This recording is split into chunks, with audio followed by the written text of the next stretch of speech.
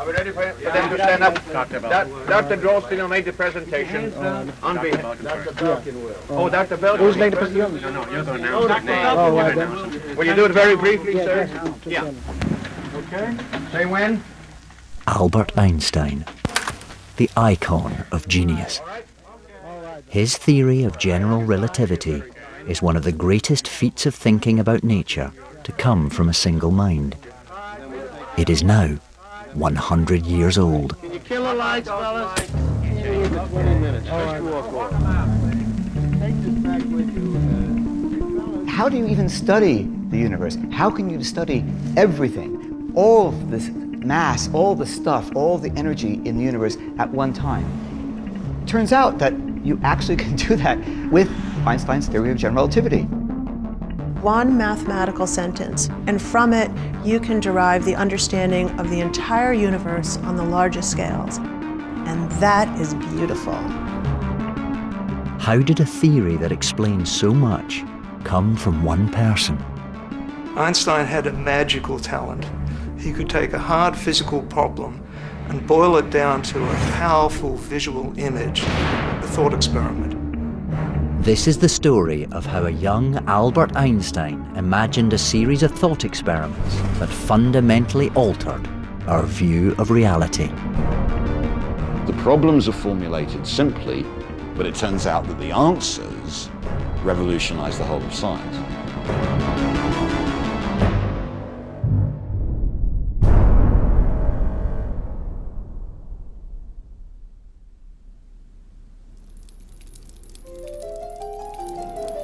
The seeds for Einstein's key thoughts were planted when he was just a child.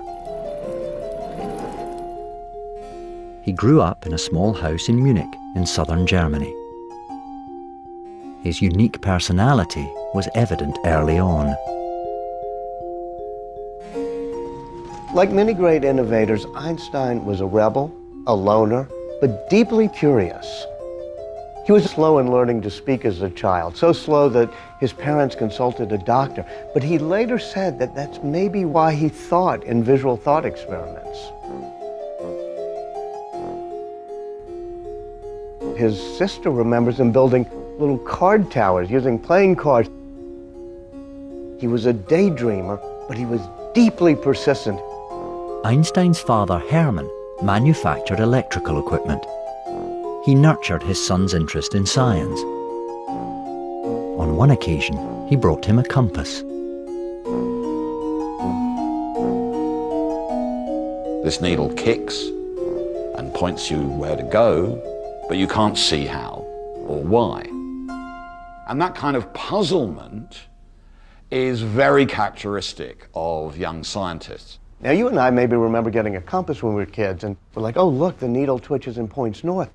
But then we're on to something else, like, oh, look, there's a dead squirrel. But for Einstein, after getting that compass, he developed a lifelong devotion to understanding how things can be forced to move even though nothing's touching them.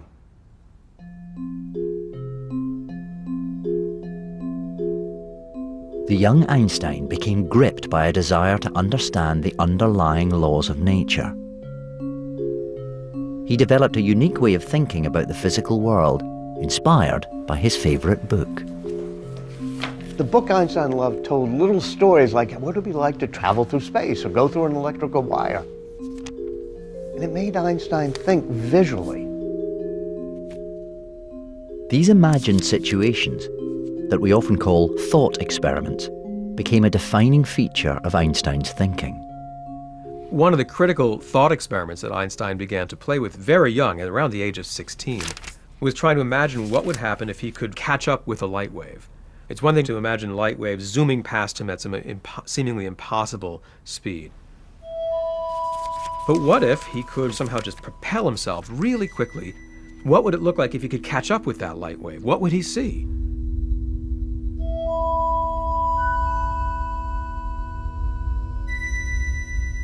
He said it caused him to walk around in such anxiety his palms would sweat.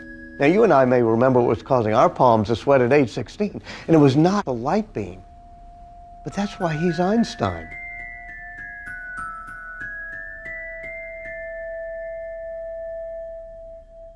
This dreamlike thought about the nature of light was Einstein's first step on the path to his great theory. It stayed with him throughout his time at school and college. He was extremely gifted in science and math as a young person and very bad at other classes, mostly because he kept cutting class and being very rude to his teachers. Many teachers from when his high school days on were convinced he'd never amount to anything. He was a discipline problem. I mean, he was bad news. He applies to the second best university in Zurich, the Zurich Polytech, and gets rejected.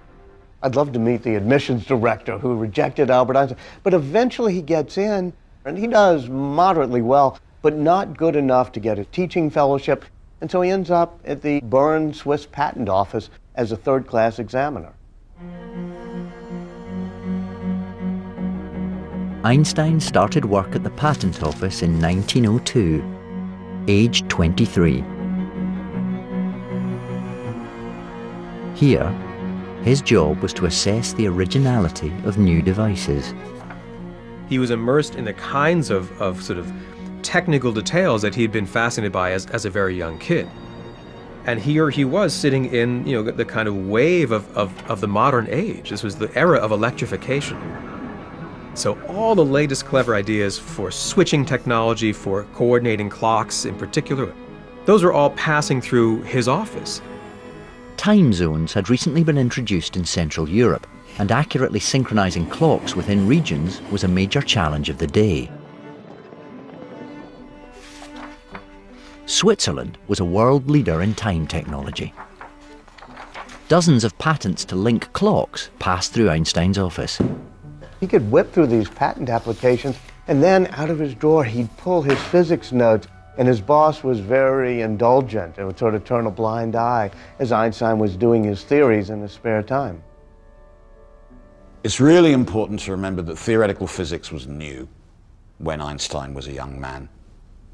You could do quite a lot of this work by reading a relatively small number of science journals and making the calculations yourself. Einstein's world in 1905 was dominated by two kinds of physics. One was about 200 years old, founded by Isaac Newton, British natural philosopher. For Newton, all there is in the world is matter moving. Newton showed that the motion of falling apples and orbiting planets are governed by the same force: gravity. His equations are so effective, we still use them today to send probes to the farthest reaches of the solar system. The other important theory of Einstein's day covered electricity and magnetism. That branch of physics had been revolutionized in 1865 by the Scottish physicist James Clerk Maxwell. Maxwell's theory describes light as an electromagnetic wave that travels at a fixed speed. This prediction that the speed of light will be an absolute fixed value, never faster, never slower, never stopping. That is so surprising, as ordinary things don't have a prediction from fundamental law what their speed is. A basketball can be fast or slow, or it can stop. There's no fundamental fact of the speed of a basketball. This notion of a fixed speed of light captivates Einstein. He visualizes it in a brilliant thought experiment.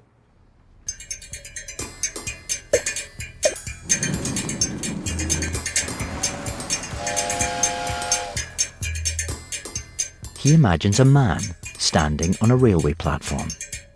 A lamp turns on.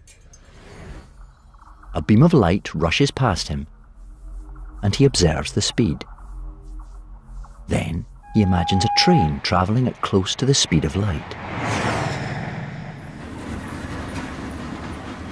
A lady on board sees the same beam. Einstein visualizes that in Newton's world, because the lady is moving at close to the speed of light, she would see the beam pass her train window relatively slowly.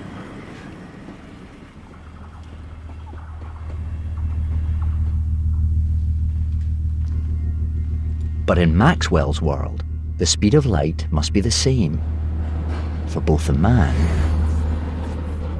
and the lady.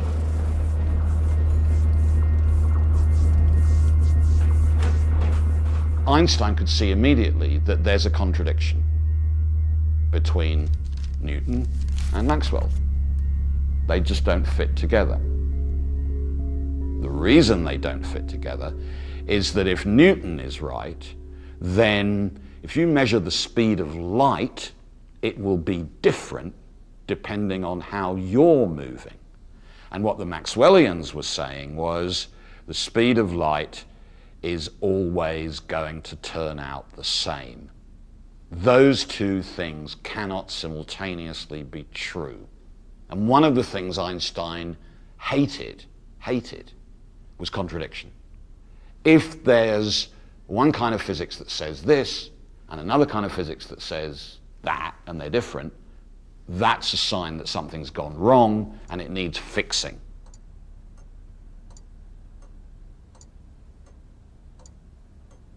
For months, Einstein wrestles with the problem.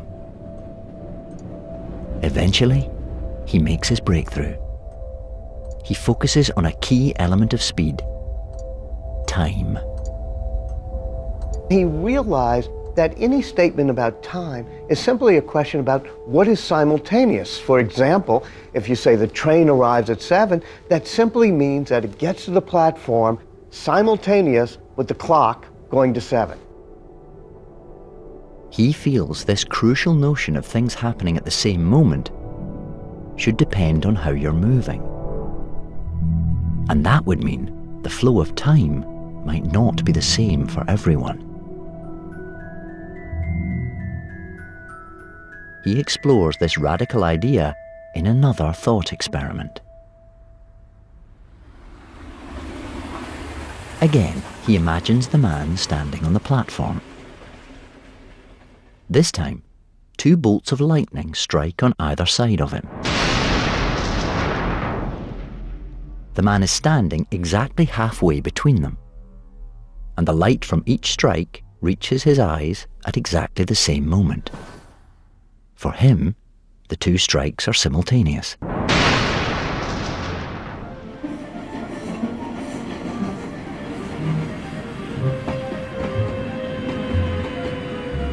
Then, Einstein imagines the lady on the fast-moving train.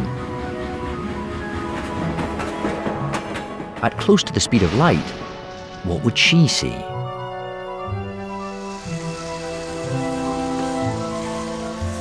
As the light travels out from the strikes, the train is moving towards one and away from the other. Light from the front strike reaches her eyes first. For the lady, time elapses between the 2 strikes. For the man on the platform, there is no time between the strikes.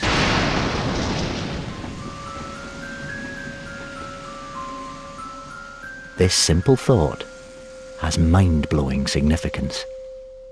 If different observers can't agree on what's simultaneous, then they can't agree on the flow of time itself. If there's no such thing as simultaneity, then there's no such thing as absolute time everywhere throughout the universe, and Isaac Newton was wrong. The lady on the fast-moving train does measure the speed of light to be the same as the man, because relative to him, her time runs slower. This concept, that time and space are flexible depending on how you're moving, became known as special relativity. It led to remarkable results, such as the famous equation relating energy to mass. Einstein published this article in 1905 to exactly know a claim. Most people ignored it. This was not setting the world on fire. 2 years go by before a very eminent physicist, Johannes Stark, invites Einstein to write a review article on Einstein's own work precisely because no one was paying attention. And he begins thinking about ways to generalize him, to push his own results from 1905.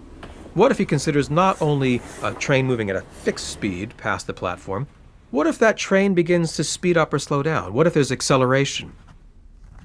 Adding acceleration to the equations was his first task. Then there was that mysterious Newtonian force of gravity to contend with. In Newton's theory, gravity is a force that acts instantaneously. But special relativity says that's impossible. Nothing can travel faster than light. What Newton's theory tells you is that suppose the sun were to disappear, the orbit of the Earth should change at that very moment. But the notion of at that very moment in two different places is exactly one of these notions that special relativity has told you isn't a good physics notion. So you've now got this challenge of trying to work out how to take the success of Newton's theory of gravity but fit it into this new special relativistic picture. Einstein begins to think about how objects fall. And one of the major features that gravity has was pointed out by Galileo, that everything falls at the same rate in a gravitational field. It is a long, dark period for Einstein as he struggles to reconcile himself with a theory that is just not working.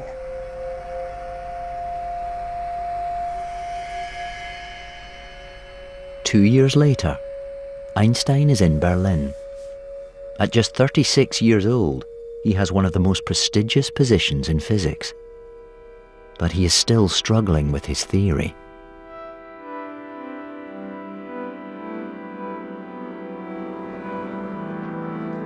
By 1915, he'd reached the pinnacle of the profession. He's in the Prussian Academy and a professor at the University of Berlin, but his marriage has fallen apart. His wife and his two kids have moved back to Switzerland.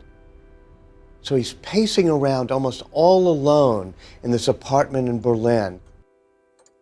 He changes fundamentally the way that he does his physics. He had relied on physical intuition all the way through here, and he'd let the mathematics take a back seat. He decided that that was a mistake, that he should have listened to the natural mathematics first. And Einstein adopted that new method and started to write down not the equations that he thought were physically the most plausible, but the equations that were mathematically the most natural. But now he has a competitor. Einstein had enthusiastically shared his ideas with the brilliant mathematician David Hilbert. Hilbert was so impressed, he decided to work on the theory himself. Einstein is now in a race to the finish with one of the world's best mathematicians.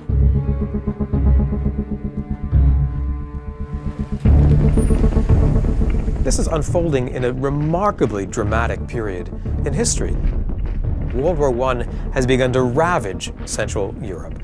Einstein is not just toiling sort of in the abstract, he's toiling as the world seems to fall apart. That affects whom he can send letters to, it affects what journals from other countries he can even receive in the midst of the blockade. The world is, certainly from the point of view of the middle of Germany, is not looking like a bright, happy place. Einstein's feeling dejected because his work is not going well. He's concerned that he's now in a race with a remarkably gifted colleague. His family life is not particularly happy. And the headlines every day scream war, devastation, and carnage. By November 1915, Einstein is scheduled to present his work in a series of 4 weekly lectures at the esteemed Prussian Academy. But he's struggling to formulate his ideas.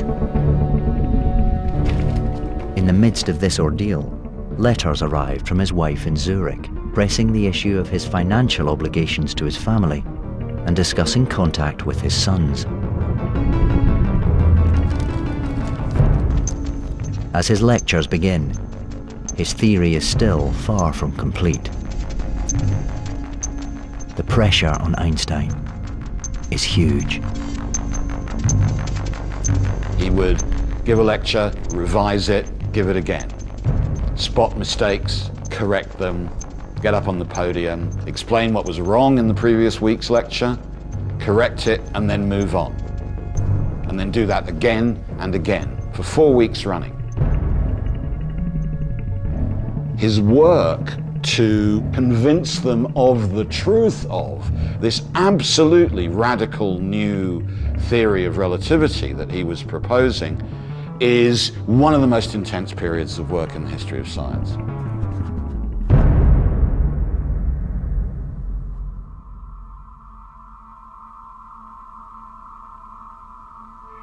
Somehow, he's able to focus on his theory with an incredible intensity. And he makes his breakthrough. He tests his equations on a problem that Newton's theory of gravity couldn't solve: the orbit of Mercury. Mercury's path around the Sun has an anomaly that Newton's theory can't explain. It deviates slightly each time it goes round. Einstein calculates the orbit with his new equations. The answer is correct. Exactly what astronomers had observed. He'd found the final equations for his general theory of relativity.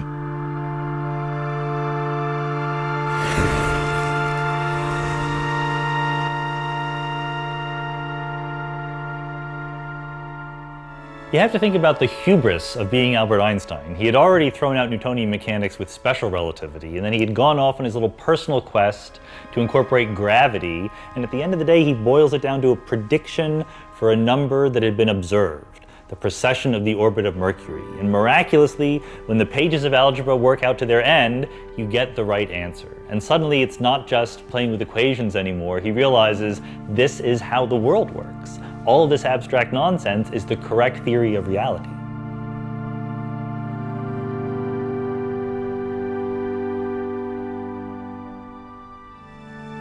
Einstein is at last able to present a successful theory. That's a triumphant moment, one of the great moments in the history of physics. And for Einstein, a victory very much against the odds. And he'd won. On the 25th of November 1915, Einstein lays out his findings in his climactic fourth lecture at the Prussian Academy. He presents general relativity. The theory can be written as a single equation. It condenses sprawling complexities into a beautifully compact set of symbols. So the formula is really simple. G mu nu equals to G for the shape of space-time, C to the fourth, and T for the distribution of mass and energy. So this very simple formula captures all of Einstein's general relativity. It's a beautiful, simple equation, but it's a lot of work to unpack the symbols, the mathematical symbols, and see how in this very simple formula the whole geometry of the universe is hidden. It's kind of an acquired taste to see the beauty. It's also a signature formula for Einstein. The true mark of his genius is that he combines two elements that actually live in different universes. The left-hand side lives in the world of geometry, of mathematics. The right-hand side lives in the world of physics, of matter and movement. And so perhaps the most powerful ingredient of the equation is this very symbol equal sign here, these two lines that actually are connecting the two worlds. And it's quite appropriate, there are two lines, because it's two-way traffic. Matter tells space and time to curve. Space and time tells matter to move.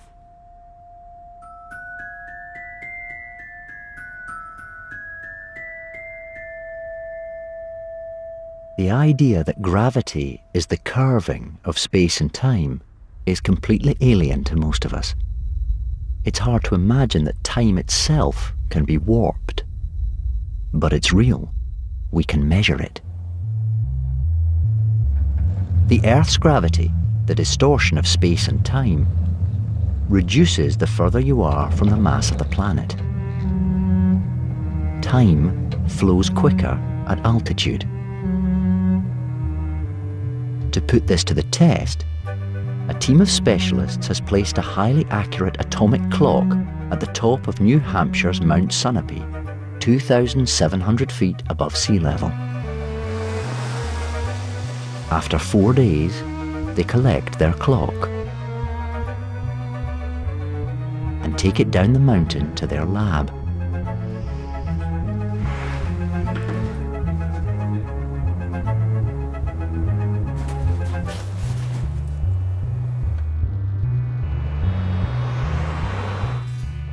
There, they compare it to a second atomic clock that has remained just a few feet above sea level. Put that one into channel A, and the master clock in channel B. You guys ready? This is it, right here. The time interval counter is going to show us the time difference between these two clock ticks. 20 nanoseconds. You can see the time difference between them represented here graphically, of the clock that was up at the mountain for 4 days and our master clock. Since gravity is weaker at altitude, while the test clock was up the mountain, time ticked faster. It's now 20 nanoseconds, 20 billionths of a second ahead of the sea level clock, just as general relativity predicts. This is really awesome. But back in 1915, atomic clocks weren't available. Einstein needed a way to show the world the bizarre features of his theory.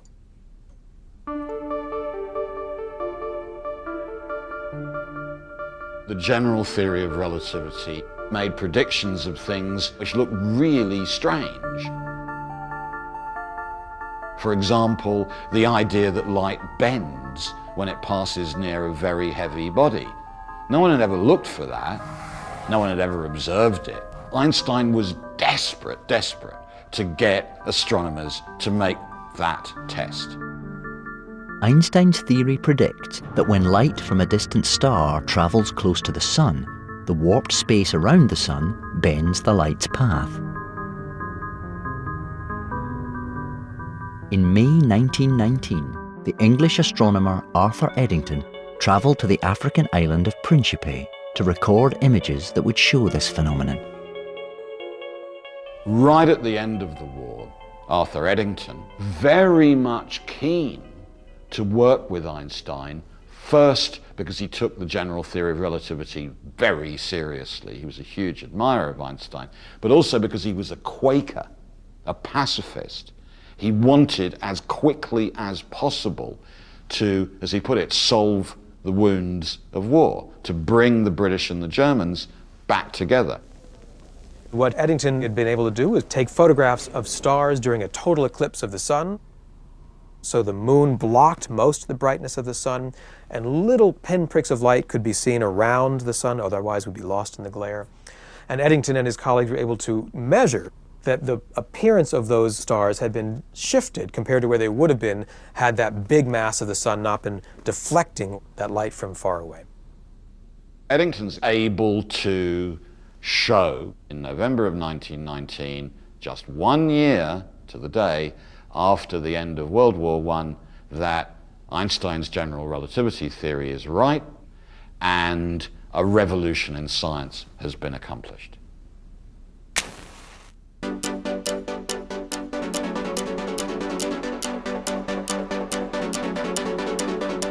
When the eclipse experiments prove Einstein's theory right, he rockets to fame, not just because he's explained a new way of looking at the universe, but at the end of World War I, you had the predictions of a German scientist be proven right by some British astronomers. And it becomes headlines across the world. New York Times says, "Lights all askew at the heavens. Men of science more or less agog." This is back when newspapers knew how to write great headlines. But Einstein kind of loves this fact, that he is now an icon of science. Einstein becomes a worldwide celebrity.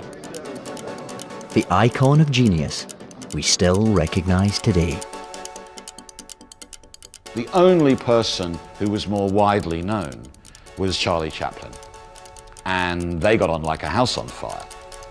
Chaplin said, "The reason they all love me is because they understand everything I do. And the reason they love you is that they don't understand anything you do. Can you explain that?" And Einstein said,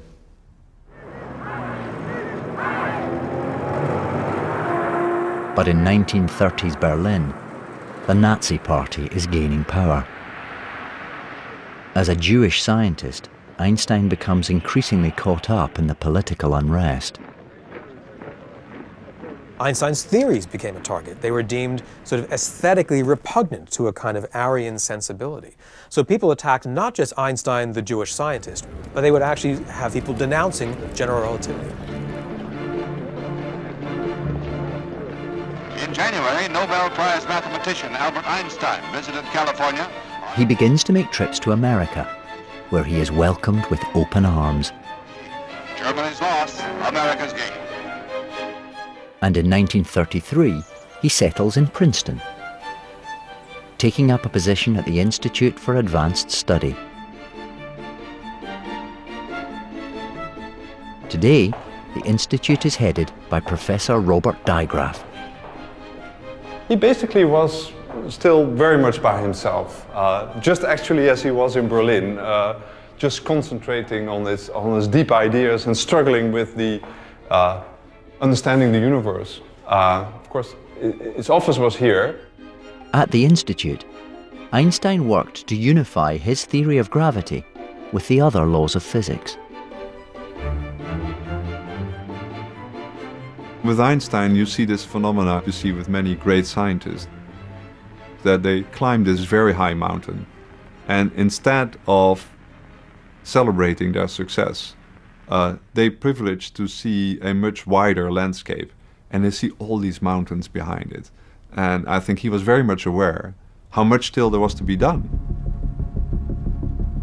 Till the very last days of his life, he was trying to push these equations and find a description of nature, all of nature, in terms of the geometry of space and time. But general relativity was fading from mainstream science. Physics was now focused on the quantum theory of atoms and tiny particles,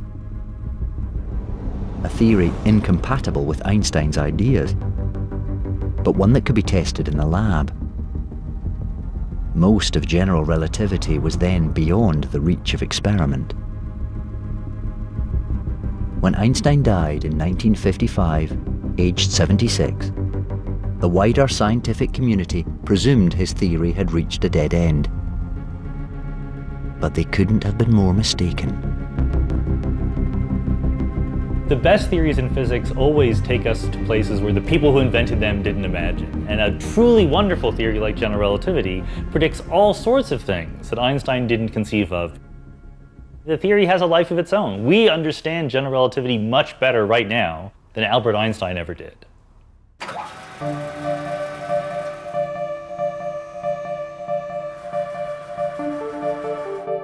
Today, huge telescopes peer deep into the universe. It is general relativity that allows us to make sense of what they see.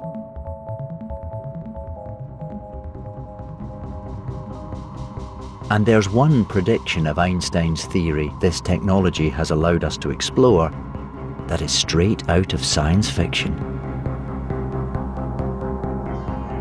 A black hole. Everything that we're familiar with in ordinary life is made from matter, but not black holes. Black holes are made from warped space and time, and nothing else. A black hole is an object that is spherical, like a star or like the Earth, with a sharp boundary called the horizon, through which nothing can come out. So it casts a shadow on whatever is behind it.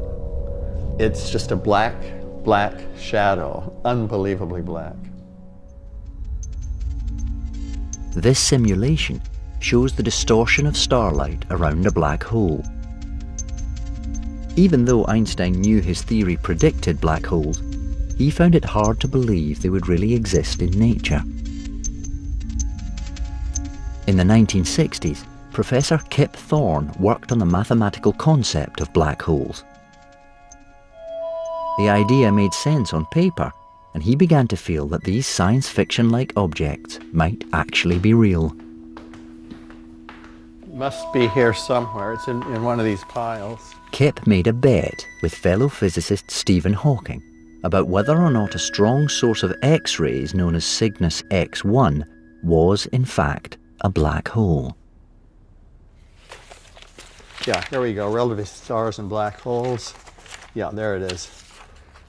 So that is a copy of the famous bet.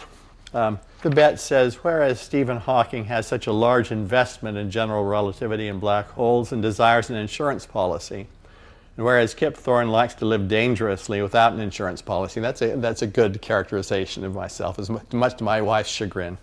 And therefore, be it resolved that Stephen Hawking bet's 1-year subscription to Penthouse magazine is against Kip Thorne's wager of a 4-year subscription to a political magazine called Private Eye. That Cygnus X1 does not contain a black hole of mass above the Chandrasekhar limit. It's witnessed this 10th day of December 1974, while Stephen is at Caltech with me. We made that bet under circumstances where there was mounting evidence that Cygnus X1 really is a black hole.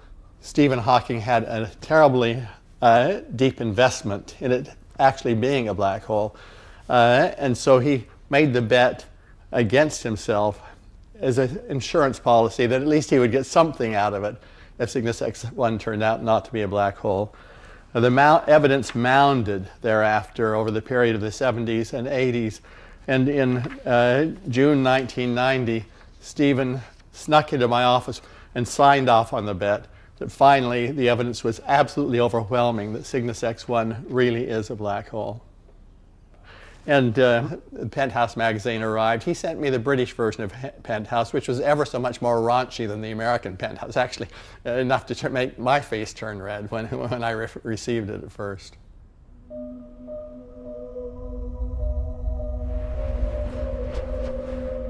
Today, thanks to concepts built on Einstein's theory, we have evidence suggesting there are millions of black holes in our galaxy alone. And his general relativity tells us more.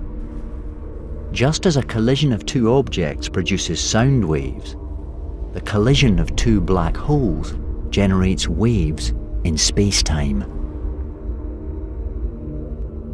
There are huge things in the universe happening, like black holes colliding or stars exploding. And they create these gravitational waves in the shape of space and time that travel through the universe at the speed of light. And so right now, the space around me is being squeezed and stretched by gravitational waves just getting here from, let's say, two black holes colliding 1 billion light years away. But the squeezing and stretching is so minute, I absolutely could not personally detect it. And so what we're trying to do is build an instrument that can. In Louisiana and Washington State, a vast experiment called LIGO is in the final phases of calibration. It's hoped that laser beams travelling 4 kilometres between precisely aligned mirrors will measure the squeezing of space caused by gravitational waves. The experiment is able to measure the difference between 2 mirrors at 4 kilometers and 2 mirrors at 4 kilometers plus or minus a 10,000th of the nucleus of an atom. Sometime between today and a few years from now, we really expect to have made the first direct detection of gravitational waves to actually record the ringing of the shape of space and time. A direct measurement of pure gravitation. We're not collecting light, we're not talking about matter, we're not talking about anything, just measuring pure modulations in space and time. So it's pure general relativity.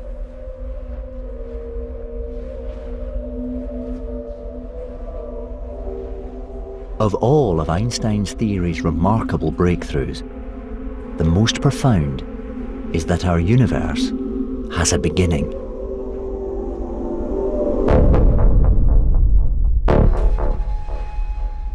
The discovery that distant galaxies are moving outwards and the detection of background radiation from the very start of the universe provided evidence for the Big Bang and a universe that's growing.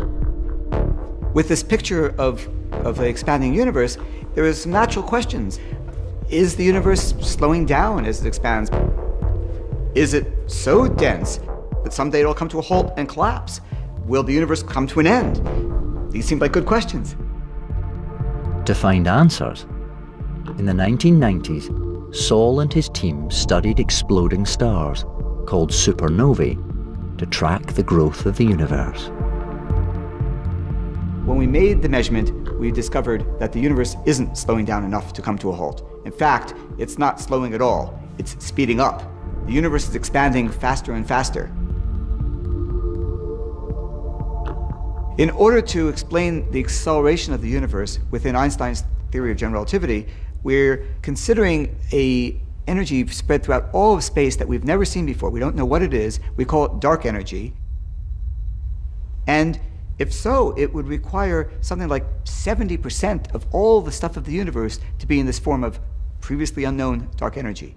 So this is a lot to swallow. And you might imagine that at that point you should go back and revisit your theory. The problem is that Einstein's theory is so elegant and it predicts many, many, many digits of precision that it's very, very difficult to come up with any other theory.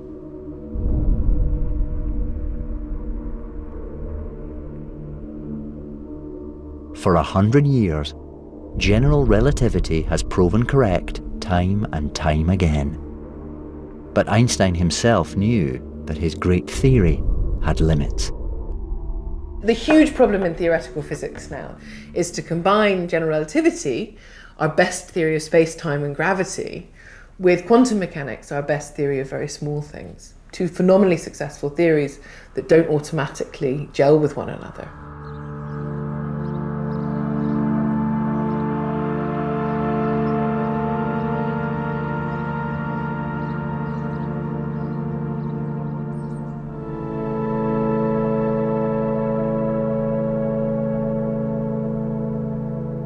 Here at the Institute for Advanced Study, where Einstein worked, the world's leading theoretical physicists are trying to solve the problem Einstein never could.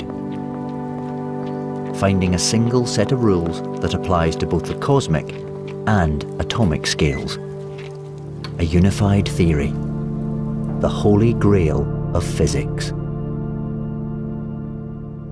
We are now in what at this time is the School of Physics. So here people are still struggling with many of the same issues that Einstein was struggled and are still trying to capture the laws of the universe from this very small to the very large in a single equation. And it's still blackboards that are the weapon of choice. The brightest minds of the world are coming here to work 24 hours, 7 days a week, struggling to grasp the great mysteries of the universe. And I think we're still driven by the same dream, that at some point we can capture everything in elegant mathematics. 100 years after Einstein transformed our understanding of nature, the stage is set for the next revolution. Quantum mechanics was very different than general relativity. It came about by many people stumbling into it. Maybe that will be the way that we do it next time. Einstein was this singular genius who managed to get gravity right. He didn't manage to get quantum mechanics right. When we finally move beyond Einstein, it might be another singular genius that comes along, someone struggling in a poor school in Kenya right now that we don't know about, or it might be 20 different people with 20 different points of view gradually building brick by brick to finally figure out a more comprehensive view that includes general relativity in it.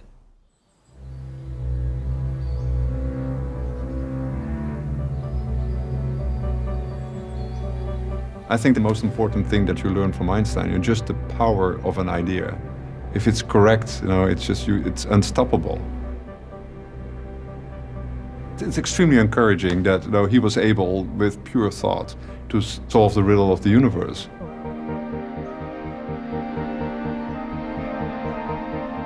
There are only a few moments in science history where we've had to completely rethink our picture of the world that we live in.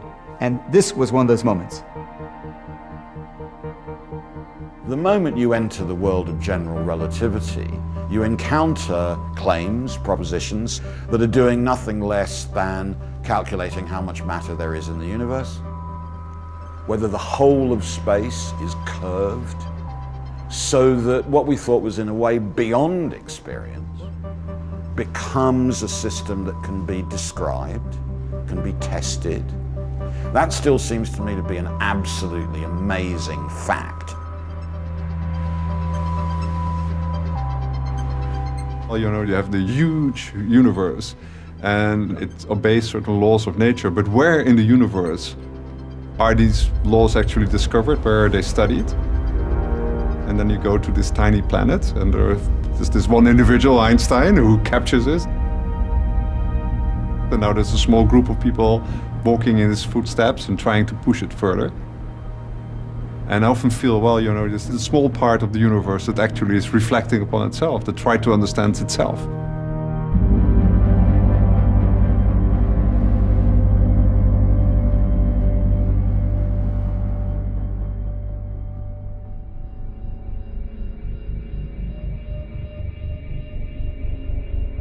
You can watch more on Albert Einstein in The Secret of Quantum Physics, available to watch now on BBC iPlayer. What connects marmalade, socks and One Direction? Enter the mind-boggling, ever-changing digital world next on BBC4 with Dr. Hannah Fry and the joy of data.